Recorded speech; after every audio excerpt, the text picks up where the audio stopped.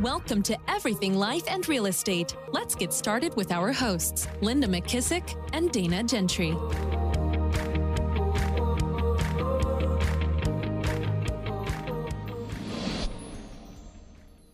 Hi, everyone. Welcome to Everything Life and Real Estate. I'm Linda McKissick. And I'm Dana Gentry. You forgot who you were there for a second? I was trying to get my water. That's awesome. So super exciting news today. Dana, you want to share what episode this is? Yes, this is our 200th episode. I can't believe it. That might be the most consistent thing I've ever stuck with. Honestly, yeah. And we're not going to lie. It's not been easy. We're usually running around going, we got an episode? Do we have an episode? It's almost Tuesday. I know. Not really the professional way to do it, right? No, but it's working. And we just appreciate all the listeners. I just continue getting so many messages about people that are listening. So it's been really great to hear from everybody too. Awesome. Well, normally people don't get to hear the two handsome gentlemen that we have today on the podcast. They get to hear about them. That's right. But they don't get to hear them, right? They get to hear all the stories. That's right. So we drag Adam and Jimmy into this today. Can we start this one? Can I start it? Sure. Hi, everybody. Welcome to Everything Life and Real Estate. And I'm Adam Roach, and you are? I'm Jim McKissick. Hey, Jimmy. How are you doing today? I'm doing great, Adam. How are you? I am fantastic. This week, you would not believe what happened. I mean, we went to and we shopped all day today, and we bought all kinds of. There's some new boots. You've got to see these new boots. I cannot wait to see those boots. Jimmy, you should see my front yard. It is decorated to the nines with Halloween stuff. Jimmy, I'm going to send you a picture right now. Hey, I think I've got pumpkin patch at my house. I've got more pumpkins than the pumpkin patch has got up there. I got them in front of my house, up my front flower beds. I've got them all around my front door. I got them in flower beds. I didn't even know I had flower beds. Unbelievable. And throughout the house. Well, don't tell me you have one of those like 9 feet ghost skeleton things. No, it's 15. It's 12. It's 12 feet. Yeah, I think it's 12 feet.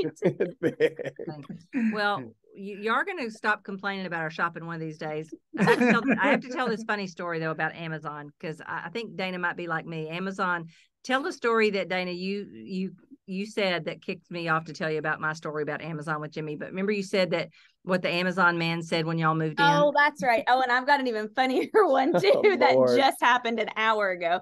But we, our Amazon guy said that after we lived in this house a month, and it's been 2 years, that his truck just started every day, just automatically turned into our cul-de-sac. So he said he didn't need instructions anymore. It just automatically pulled in. But listen how funny this is. I decided, I don't know why I was so tired after this week. And I actually, for the first time in like weeks, decided to take a nap today. And so I'm asleep and after church and I hear this lady knocking at the door and I'm like, Adam, go, because the dogs were barking and I was like half asleep. And he comes back and he's like, it's the lady across the street. She said that her whole... Who also lives at 403. And our house is 403. And he said that she came and said, I think all your all's packages are stacked outside my whole front door right now. So we just left her house and stacked all of what, I mean, it took both of us 15 boxes. But here's the thing, and this is what you got to understand, because Jimmy was complaining about my Amazon purchases and just went on and on and on. And so the other night he was out of the night powder, that calm that you drink to go to sleep. So I said, well, I'll show him. I'm just going to let him run out of night powder and not have any night powder, because that's what the Amazon bring, man, in one of those boxes. Then he'll quit talking about the Amazon man. It's different nowadays. You don't go to the store, you just call the Amazon man and he'll bring you like a $2 or something if you need it. Oh, it's great. So I just end up saying, hey, Linda, your boyfriend's been here again. Got another present. Oh, Lord. I love it. We just got all of our Halloween costumes that's what was stacked outside of her house. So for tomorrow, you got we're last minute. I'm being Queen Elizabeth and Adam's being the Prince Charles. I love it. You have to send pictures. We're both dead people. You have to send pictures. So we will. On a more serious note, we do actually not just spend money. We all make money together too, right? Yep, absolutely. Right. Absolutely. So let's kind of talk about that. I know when we did families working together at family reunion, it was like there was probably 500 people in that room. I was shocked how many people our Wow. family trying to work together. So we can kind of talk a little bit about some of the nuances of being both of us being all four of us being entrepreneurs. Yep. And what's that like to work together? Yeah. Adam, I don't want you, Dana came to visit us last week, but I do want you to know, yes, we did shop, but we also sent her home with some money making ideas. We did. Very true. I know you did. And it was great. I always Thank you. come home with a million new ideas. Mhm. Well, we were actually just sitting here talking, and I was saying, I think that one of the biggest benefits, and you guys are exactly like this, which is why we love being around you guys, but we get to learn and grow together. Mhm. And I've said forever, I love just even having, being able to have been around you guys, and no matter if it's a class you've been to one time or you're taking it for the 50th time, you're still right in the front taking notes, learning and growing together. And to me, that's one of the biggest benefits of us being entrepreneurs and getting to work together. Wouldn't you guys say? Yeah, because I think one of the worst things that can happen is one spouse outgrows the other spouse, you know, that, and like Jimmy has said before, if you're not growing, you're actually moving backwards. So to think that, well, it's okay if I'm not learning based and they are, it's really not, because you kind of just get on different levels. And we were talking about this yesterday in the car, friends that we have outgrown, Bailey and I were talking about it, friends that you've outgrown, or, maybe you just wake up one day and you realize their values don't match yours, or we were just talking about different things like that. And I said, the problem too, the older you get, the harder it is to find friends that are actually still learning based. Right. And, I always, when we're out speaking and doing things, we always get asked the question, what is the secret to success? What is the one thing that I can do? And looking back on a lot of really high successful people that I've dealt with in the past and stuff, the one thing that I can see is the people are learning based. Every person that I see that's really successful, not just financially, but just successful in life with their family, with their church, with whatever it is that they're with, they're learning based. And then the part about being learning based, you can be learning based, but also you've got to learn to do instead of just to know. And so those are the two things that I see that really separate the people. And a lot of the successful people do the things that a lot of people aren't willing to go do. Yeah, I couldn't agree more, Jimmy. I think at the end of the day too, if I look at this relationship, being entrepreneurs, being married, is I love that every year we sit down and write our goals out, right? Not only do we write our goals out, then we stop, we look at them, we audit them based on our time, and then we'll plan our entire year based on those goals and achieving those goals. So the doing aspect there is 100% something that we are committed to every single year. And some of those goals may be way out there, though that's okay, because I love when we dream big. Yeah, I just said I can't believe it's already time to print our January, getting a calendar for next year. Yeah, I remember in our earlier years, we used to we couldn't afford to really go spend the time to go away and go to a fancy resort and fly there and do things. And so we would go to the nicest resort in the Dallas area and sit in the lobby and write our plans out and everything for the next year, because that's really what we could afford to do. But being around that successful environment, seeing, how people with money live, and stuff. I mean, it was different. Yeah. Fun. One of the things Dr. Fred used to tell us all the time in our mastermind that we did with other couples was, thinking about all the time, how can I be the best wife I can be? How can I be the best business partner I can be? How can I be the best sister I can be? How can I be the best brother I can be? And just always looking to grow that, whatever relationships you have.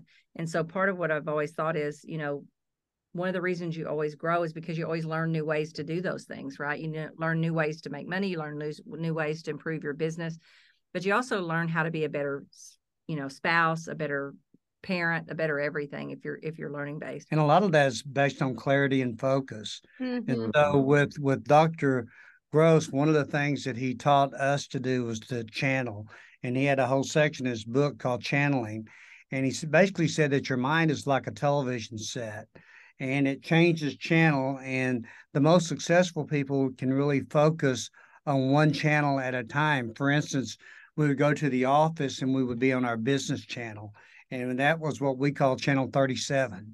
You can make up whatever number you want, but that was our work channel and stuff. So when we went there, You know, it was focused on work. We didn't focus on anything else, but stayed really focused on getting done what we needed to get done to be successful that day.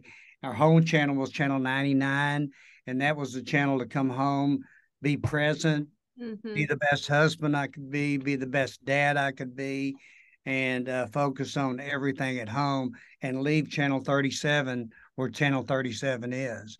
And so we had different channels for things and stuff, and really worked on that. And it really was good for both of us. I think that's really good. I think back in the earlier days when Jimmy and I first started, some of our difficulties that we had was if I tried to make him do some of the things that I didn't like, rather than checking to see what are the things that he's good at and that he would succeed at a high level, instead of trying to make him be the person that I wanted to do all the stuff I hated. Well, he hated all the same things. So I think when I see spouses, like if somebody comes to us and say, hey, will you guys help me? One of the things that I see is, number one, they don't really understand what their spouse's strengths are, so that they can put it together with the big puzzle of whatever their life streams and goals are, right? Whatever your dreams and goals are, what piece does he play and what piece do I play? And then what are the missing pieces that we can go find other people and plug those people into those spots. And I think that's where most of our issues came early on. Yeah. And plus, just the difference is I'm the queen of wing it. I just can, given a choice, I'll wing it, right? The planning is almost excruciating for me for certain things. But for Jimmy, he needs a little more time to process and think about things. So I remember when he first joined my real estate business, I'm like handed him a listing packet to go on listing. He's like, wait a minute, what is this? What do I do? And I'm like, just go. It didn't work. So I said, that's real easy for you to say. I said, yeah. When we were sitting here getting signed onto the Zoom, we made like a little list. We actually said, what are things that you're better at or that I'm better at? And we both kind of knew, but we were like, let's just. I'd love to hear those. Yeah, well, you said a couple of them. Well, I want to go back. I want you to know, Jimmy, that we upgraded our cable package. We went from about 5 channels. I think we might have that. Remember back in the day with Dish Network or DirecTV where you got like 900 channels? Yeah. I'm going to go back to regular cable where you get like 2 or 3 channels. That's what I'm going to do when we get home. That's good. Wrote that down. We do really need to do that. We have a lot of channels. Yeah, we do have a lot of channels. But definitely Adam is better at the like forward vision type stuff, and I'm better like in the now, the today, like let's do it now today. Definitely, as you guys say all the time, a quick start. Yes, for sure. Definitely but Adam's like Jimmy, more of a processor, where I'm definitely more of a wing it, and sometimes both are good, I think, and I'm sure the same for you guys. Sometimes we need to wing it for it. You always hear that statement that opposites attract. Well, Linda and I, whenever we really looked at that together, we were more alike. Yeah. We were different. Yeah. And so we liked a lot of the same things, and we did a lot of the same things, and we were the same entrepreneurial and things like that. We're 2 different human beings, but we were more alike than we were different. And I always say to people, look, I always tell my kids this, you can marry an opposite, but don't spend the rest of your life trying to change them. Figure out how they work with you and what things are different that you could put the 2 together and make amazing results, right? Because instead of constantly being frustrated because the person's opposite of you. Have you taken the Kolbe, Adam? I have not. I don't think you have. You need to take that. Yeah. Yeah. Fun one for him to take. Did you? I know. Heather finally took it. I know. Find that. That is funny though. Remember when we first got together, we did look at KPAs, right? Oh, that's we right. did look at KPAs, and they were very, very similar in some areas and completely different in other areas. Though we do feel that likeness attracted that likeness, and it still continues to this day, which is so amazing. Because here's what I love to watch, right? I love to watch Dana in action. I love to watch her brain. I love to watch her leadership. I love to sit back and hear her say she's going to do something and actually watch her bring it to fruition, and then actually guide people along the way to and empower them to take action. So watching you build the one team has just been amazing. Sitting back, because that was what you said you were going to do, and then you got it done. And then we do the exact same thing. Yeah. Right. As we're sitting right here in the international headquarters of I Love Coaching is the same thing. And that's we're each other's biggest cheerleaders too. Yeah, I like that too. And you guys are always the same. Yeah.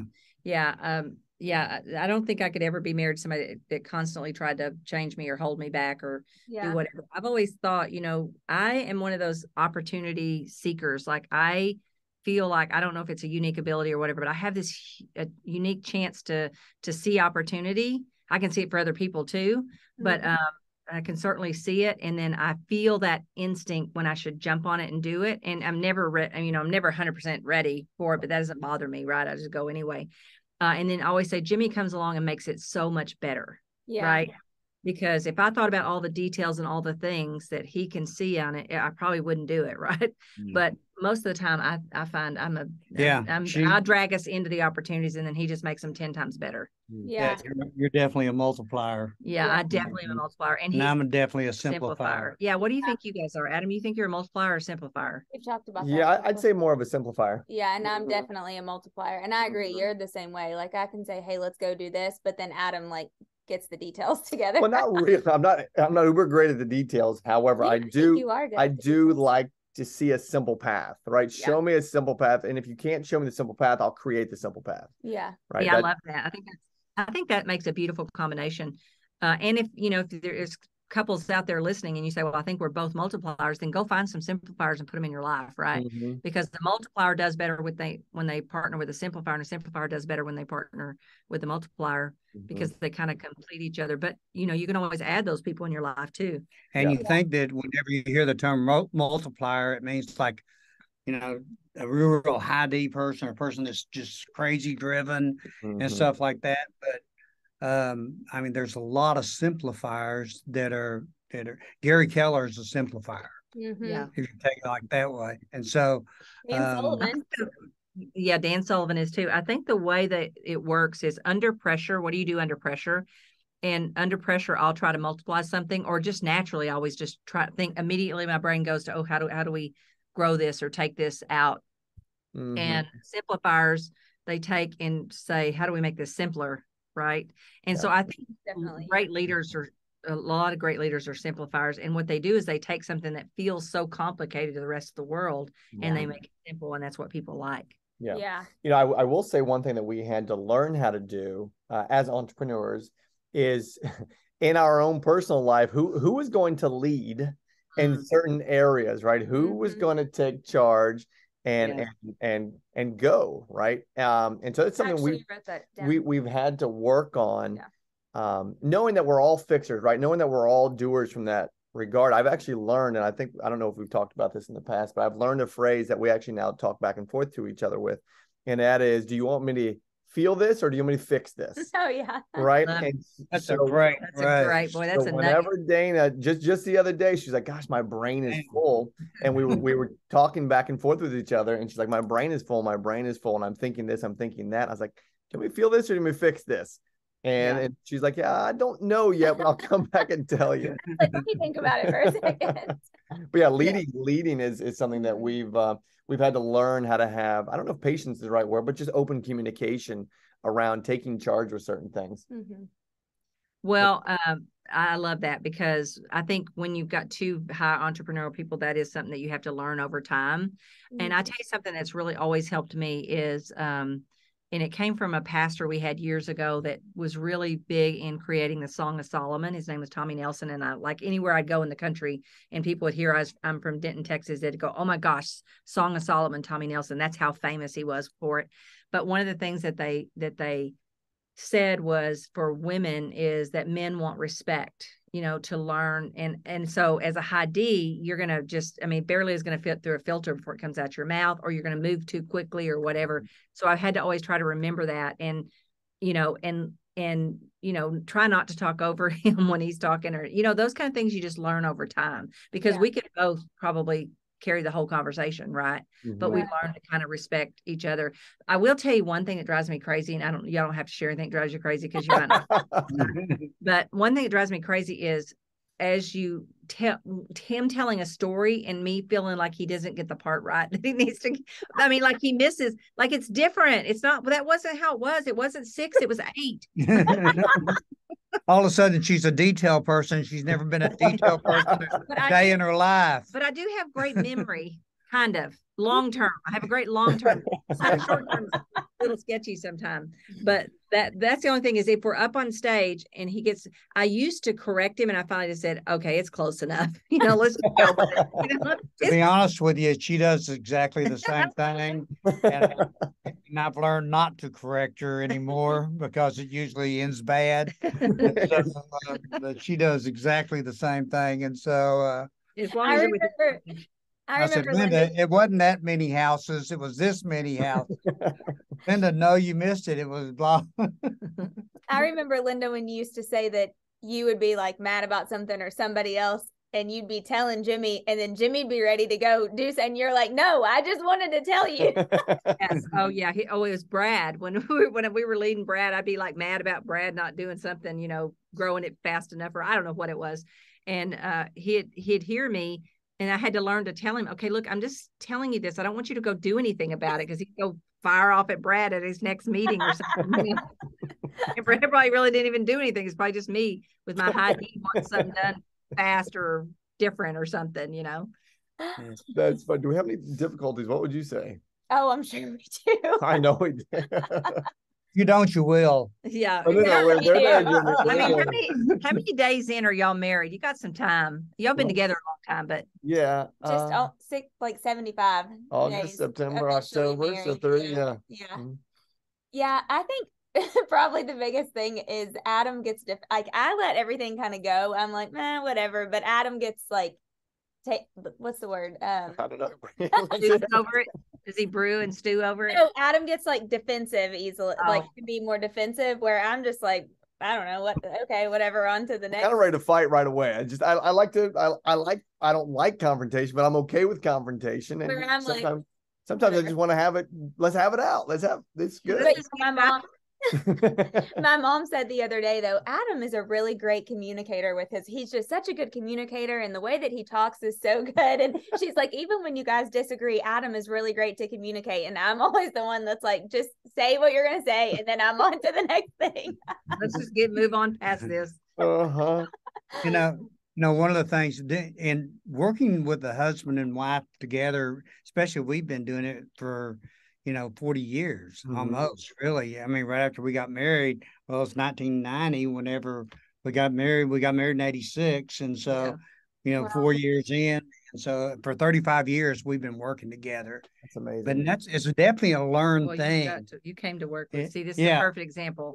It was 92.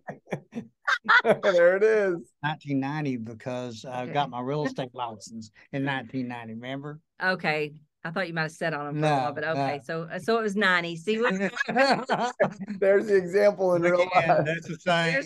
There it goes again. But a lot of times I'm right. But what I'm trying to say is that it's a learned thing. Being with Keller Williams kind of helped that for us, because coming in as a husband and wife team and having the company designed where it was a benefit, for a husband and wife to work together because of just one cap. Yeah. That Gary said that he saw a trend in the real estate industry of families, working together in the real estate industry. That kind of put us on the same business path. Mm-hmm. They really. But we've been in the same industry, but we stayed in different lanes. That's what we were talking about. Yeah. Same thing. Yeah. Yeah. Because he pretty much has taken the investing and just, I like the idea on the front end, and then I get pretty bored with it. Like, I think I sent him originally. Well, first of all, we found those properties, and we called up my friend Lou, and he partnered with us. But one time I read a thing and I learned this idea about how you go to the tax thing on the courthouse square. Mm-hmm. So I had to go out of town to the region to build the region. So I sent him to the tax thing, and he calls me, and I'm so excited. I'm getting off the plane, and he's like, oh my gosh, we bought this property. I can't believe it. Well, actually it was kind of just a swimming pool. It wasn't a real property. But the good news is he went around the corner, and all these people are standing around, and they're actually auctioning houses. Remember that?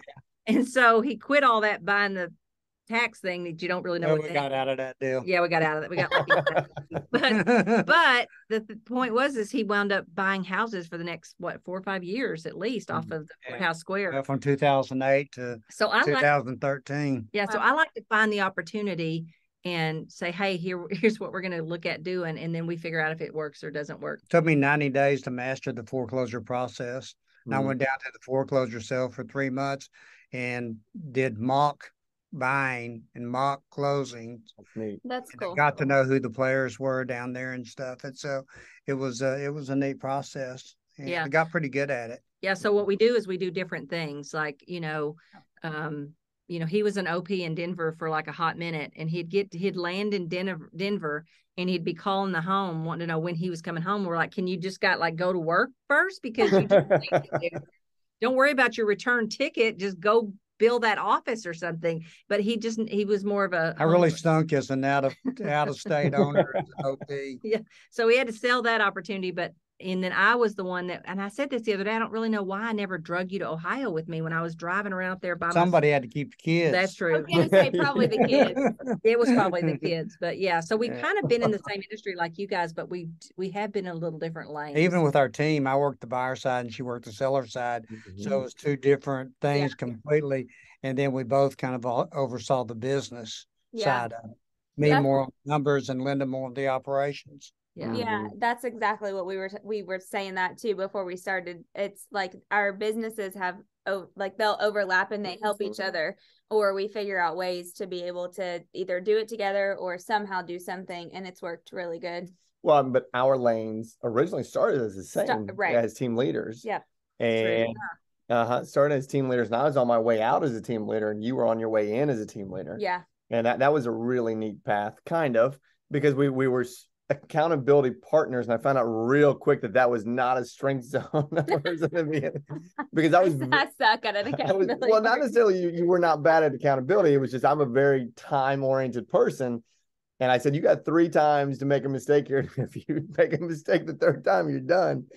And you were always late, and it just was never fun. But we got over that really quick. And the scripting was fun too. She was like, looking back though, I wouldn't have done it any different. No. Yeah. I mean, working together has been probably one of the most meaningful things in our life, to be able to spend the time together, to have the same goals together, to follow the same journey that we've learned and we've grew from along the way. That's really been a huge part of the successful part of our life. Yeah. And sometimes when spouses work together, one's been in the business longer, and I had been in the business a little bit longer. So I was really pretty territorial about the sales business in the beginning. I remember thinking, God, I don't know if I should put his name on my sign, because what if we get divorced or something? I'm going to be keeping this business, and I don't know if I'm going to keep him yet or not. He's stuck most days on some of that stuff. But so that was a huge swing to go from that to, I remember the day I said to him, hey, here's the deal. If you walk out of this business, I'm right behind you. I'm not staying in here if you don't stay with me. So it was a big swing from, I don't know if I want you on my sign, to if you quit, I'm quitting too. Because there is some comfort in being able to kind of talk things through and let them see it through their lens, because they know you the best. They know the situations usually, because they're in the same world. So they can usually see it from a different angle. It's kind of like having somebody see it from a different stripe. Yeah, you said sounding board. Yeah, definitely a sounding board. And what I like that we did, this was probably 3 years ago, that we created our family vision statement and included the kids in it. And it was to become a family that is deep rooted in faith, love, trust, and communication. And this is accomplished by being consistently living by and being 100% committed to our family values. Right. And then our family values list of our faith, kindness, commitment, giving, and fun. And the neat part about that is when we actually did that, now we get to measure everything against that. Measure that meaning opportunities, or measure vacations, or those types of things. It's funny. I don't know if I can share this with you. My son and I, Addison, he's really into F1 racing. So he loves these types of things. And we've decided that material things are fun, but there's just enough of that, right? We've done that. And so we're going to do gifts going forward in the experience space, right? And so Addison, we all do a lot of that. Addison is 14. and he'll be off to college here shortly. And I thought, as a college graduation, I asked him today where he wanted to go. If he could pick one race, where would he want to go? Spain. No. He said, I want to go to Monte Carlo. Yeah. So how cool would it be when he graduates? That'll be his graduation gift. That's cool. That's awesome. That's way cool. Yeah. Everything's measured by the family vision statement. Yeah. That's cool. And y'all just went to like the big tennis thing in New York. Yeah, US Open. That was fun. Yeah. Mm-hmm. Very fun. Yes. Yeah, that significance thing really starts playing into it as you get older and you have more financial resources to do things and stuff. Doing the experience and stuff, we started several years ago doing a lot of different experiences with our kids and stuff. Well, it's one of the reasons. Even as adults, like I love that y'all still do that as adults. I mean, y'all just went to the funnel thing, you know, or like even as adults, it's continuing to do that. It's one of the reasons we preach money, building wealth and passive income so much, because it allows you to have experiences that you probably would have to say, nah, I can't do that. Sorry, that's a great idea, but we can't do it. And instead, you'll make a memory that he'll remember forever. That kind of stuff. And you just never really know. To me, they don't forget the memories and the experiences, but they forget the monetary present we got last year for Christmas. Mm-hmm. Yeah. Yeah, it's the neat part. Yeah. It's neat. Yeah. Well, as we wrap up, what would be, let's give like one piece of advice to people. Is that good? To who are working together or maybe even thinking about working together? Yeah. That's awesome. Yep. Go Adam. I mean, I'll probably go back to what we just talked about, and let's get on the same page with each other, right? You don't have to have the exact same vision, but have a good vision as it relates to where y'all growing to together. And I love using that language. I don't ever say go together, I say grow together, because it's truly what you have to do as entrepreneurs. As we started this conversation in the growth space, is grow together. And then with that, as you guys plan your goals, write out growth plans, right? Can y'all grow together in certain growth plans? That's why, Linda and Jimmy, I love that we go to the John Maxwell Exchange with you guys every year. And this been next week. I know it'll be next week. And that's just something that I love doing with Dana and love doing with you guys as well. And that is literally having good visions and then growing together in education, learning. Yeah. It's really probably the most fulfilling relationship that you can possibly have, is have a spouse or a mate that you can really, as you say, Adam, grow together with.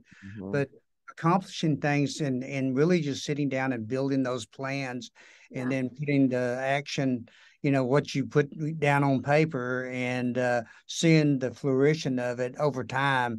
That's been just so rewarding and stuff. And we have a lot of couples come to us, like we taught wealth building in our leadership academy a few weeks ago.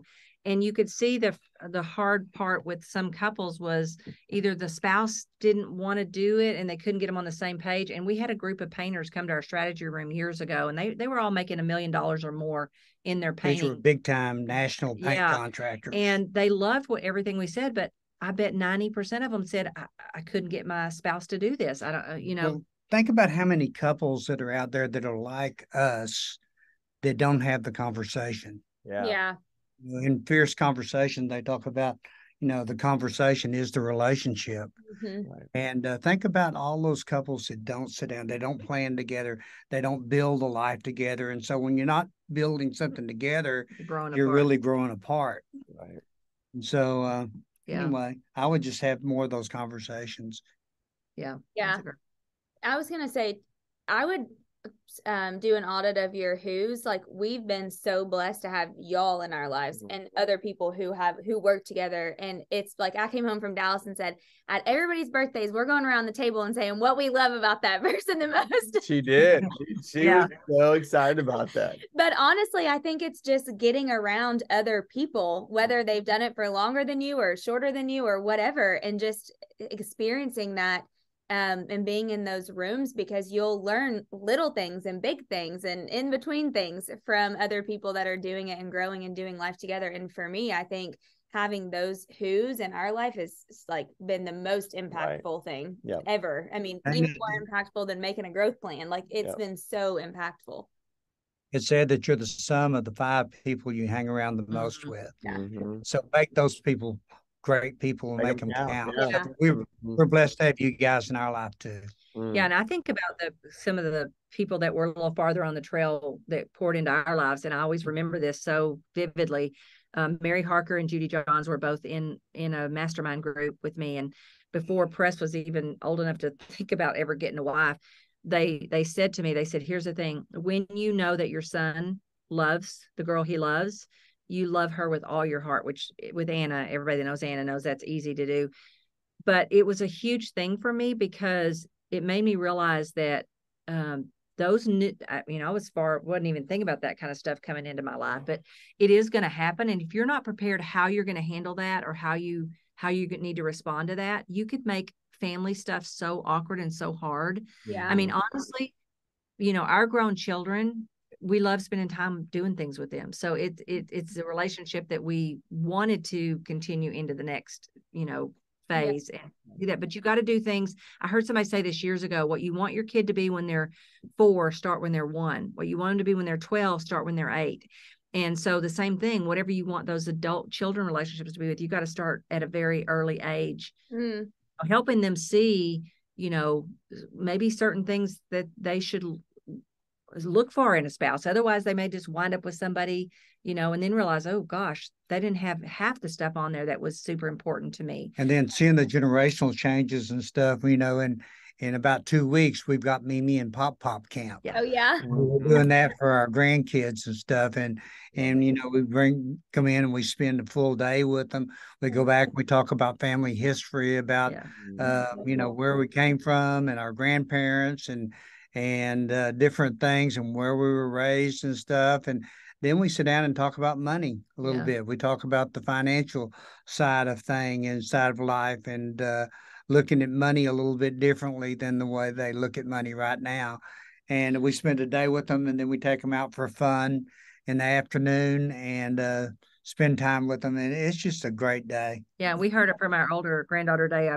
We took her shopping today because it was her birthday, has been a few weeks ago, and found out that in one of her classes, she's taken a class on money. And I remember her last year when we showed her the chart where if you saved $100 every month, what you'd have in 15, 20 years. And her aha was, oh my gosh, I'd have enough for a house. Wow. And so I'm sure that helped spur her into being interested in some type of class with money, right? So it's cool. Kind of fun to see the fruits of that and to hear them saying things that they learned at Mimi and Pop-Up Camp. But I'm going to say the one advice that I would give as we wrap up here is learn what each other's unique abilities are. I wish this is something I had known a lot sooner. And I love, what Adam said, you make your big goals, but then after you take your goals, sit down and list what are your unique abilities and what are the other person's unique abilities. And if you got kids working in the business, do the same thing with them. Yeah. And then figure out what piece of that big goal, the big goals that you set, that person would love fulfilling that part of it because of their unique ability, and to see how all that fits into, who, not how, right? Who's going to be the one to do it, not how are we going to get it done, but who would be the best person to do that, I would say, because I wish I'd learned that exercise a long time ago. Yeah. I love that. Man, that's great. That's good. That's really good. I love coming on here, and actually I love listening to podcasts, number one, but I love being on the podcast and taking notes during the podcast. This has been fun. Thank you guys. Thank you. I don't know why we've never thought about having you guys on in. Maybe we was afraid y'all tell her about all of our shopping. We're afraid they'd steal the show. Hey, we made it, Jimmy. 200. We made it 200 club. We made it on one.